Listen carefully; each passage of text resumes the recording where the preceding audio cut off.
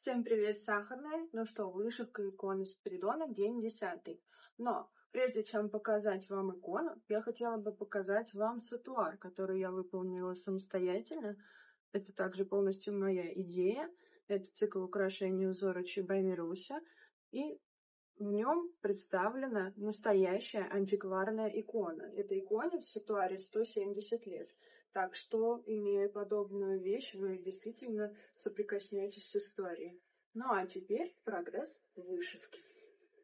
На данный момент времени у меня уже вышивается риза. Я вышила кресты. Сейчас я делаю обшивку. Далее я буду заполнять контуры бусинами. Если у вас есть какие-то работы или то, чем вы хотите поделиться, буду рада им в комментариях. Всего доброго!